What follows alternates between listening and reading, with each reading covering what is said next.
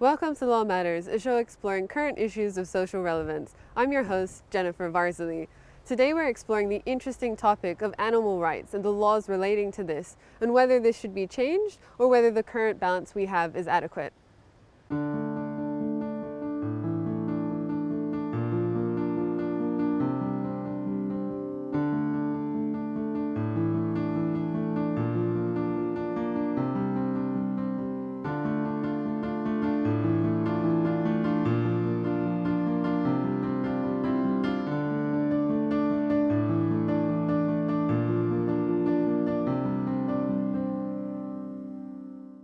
When it comes to the issue of animal law and animal rights, most people now agree that we need to afford animals appropriate protections in our society.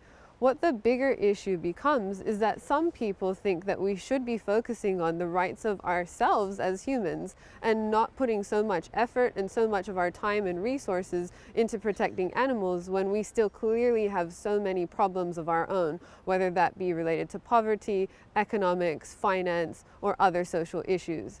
That being said, when we look at this topic, it is increasingly the case that we see there are parallels between protecting the rights of animals, improving our own environmental conditions, and ensuring that human welfare is important. So when we see that these can all be achieved at the same time, it becomes less of an issue as to whether we should be taking steps forward.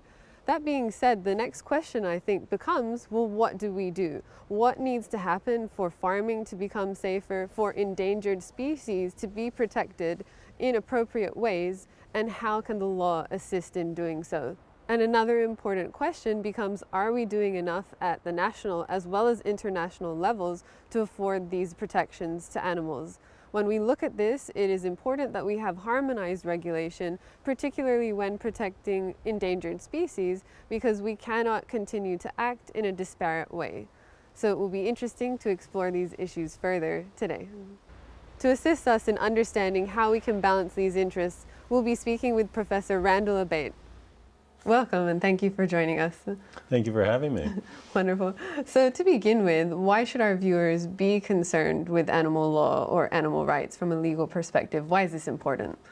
Well, animals are currently treated as property under U.S. law and the law of many nations. And ultimately, that means they don't have any more legal rights than this chair. And so current legal protections are limited to anti-cruelty, which means that animals are protected against unnecessary harm in the process of being exploited for a variety of purposes, whether it be for food or for entertainment. And so the current thinking on this is that animals deserve more under the law. So an animal rights approach enables the protection of animal bodily integrity and dignity from unnecessary human intrusion and exploitation. And so this has been something that's been adopted for other similar communities of the voiceless, as they're known, such as natural resources and future generations who, even though they aren't able to speak for themselves like animals, they are enjoying personhood protections under the law. And so animals should be the next in line for that protection. And then I know you've mentioned in your research that animal law can learn a lot from the progression of environmental law. Can you tell us a little bit more about that? I hope so. I just published a book on that very issue, so I'll try to keep it brief with three basic points on this. So the first would be that environmental law is the more senior of the two movements, so it's more established in the U.S. legal system and internationally.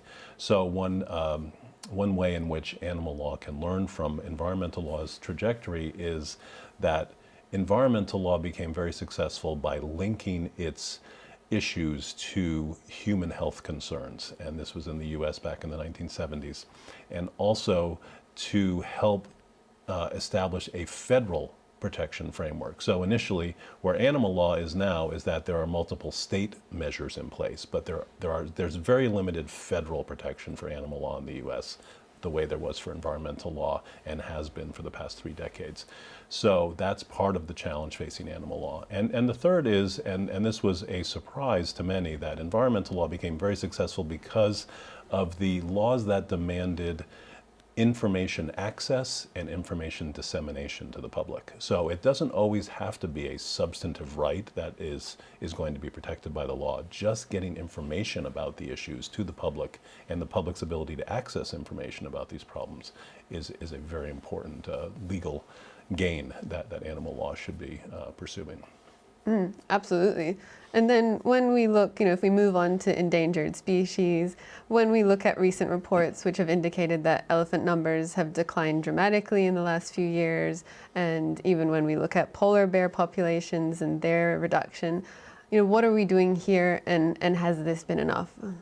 Well, I think this is a good way to illustrate how animal law and environmental law can work together more effectively. So existing protections are doing well in the sense that both international environmental law and U.S. environmental law are doing a fair amount to protect endangered species, whether it be regulating the trade of ivory tusk, or whether it be regulating the habitat of polar bears. There are laws in place doing that. The problem is that those just taking an environmental approach to those problems is essentially perpetuating the exploitation. And so what's needed is a public morality basis to object to these practices that exploit animals entirely. And so that would enable a potential ban to come into place by environmental and animal law concerns working together, whereas the existing approach is really just regulating the symptoms, if you will, and not getting to the core of the problem.